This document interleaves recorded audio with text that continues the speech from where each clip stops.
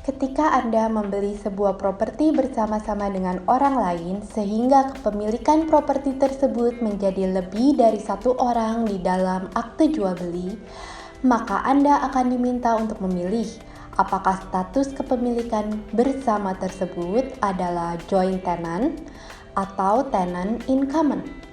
Joint tenant biasanya digunakan untuk pembelian properti dengan nama suami istri sehingga di akte penjualan terdapat dua nama.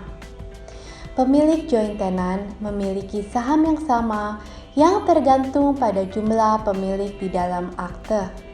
Jika ada dua pemilik bersama di dalam akte, maka setiap pemilik memiliki 50% saham kepemilikan pada properti tersebut.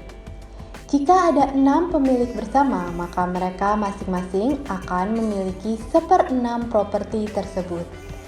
Ketika sebuah properti yang dimiliki bersama dengan status joint tenant itu dijual, maka setiap pemilik memiliki bagian yang sama dalam penjualan itu. Dan masing-masing diminta untuk menandatangani akte penjualan secara individual.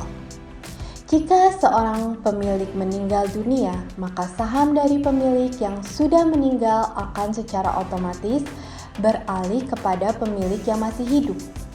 Sebagai contoh, jika ada dua orang pemilik dalam status joint tenant dan salah seorang pemilik meninggal dunia, maka pemilik yang masih hidup akan menjadi pemilik tunggal di dalam properti tersebut. Yang perlu diperhatikan adalah saham dari pemilik bersama tidak dapat diwariskan dan dijual kepada pihak lain selain daripada pemilik yang tertera di akte pembelian pada waktu awal. Jenis kepemilikan bersama lainnya adalah tenant in common. Tenant in common digunakan untuk pembelian properti bersama dengan kepemilikan porsi saham yang berbeda-beda. Contoh, pembelian properti oleh 4 orang dengan saham yang berbeda-beda, misalnya 20, 40, 30, dan 10%. Setiap pemilik saham memiliki porsi saham yang berbeda-beda tergantung dari kesepakatan bersama pada waktu pembelian. Saham kepemilikan yang dimiliki dapat dijual kepada pihak lain. Saham kepemilikan juga dapat diwariskan kepada pemilik saham tersebut ketika ia meninggal dunia.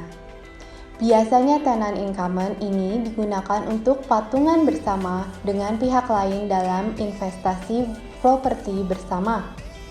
Sebagai pembeli, penting bagi Anda untuk mempertimbangkan jenis kepemilikan yang berlaku jika Anda membeli sebuah properti bersama-sama. Jika Anda tidak secara khusus menentukan pilihan antara joint tenant atau tenant in common, maka secara otomatis akte akan ditetapkan sebagai joint tenant.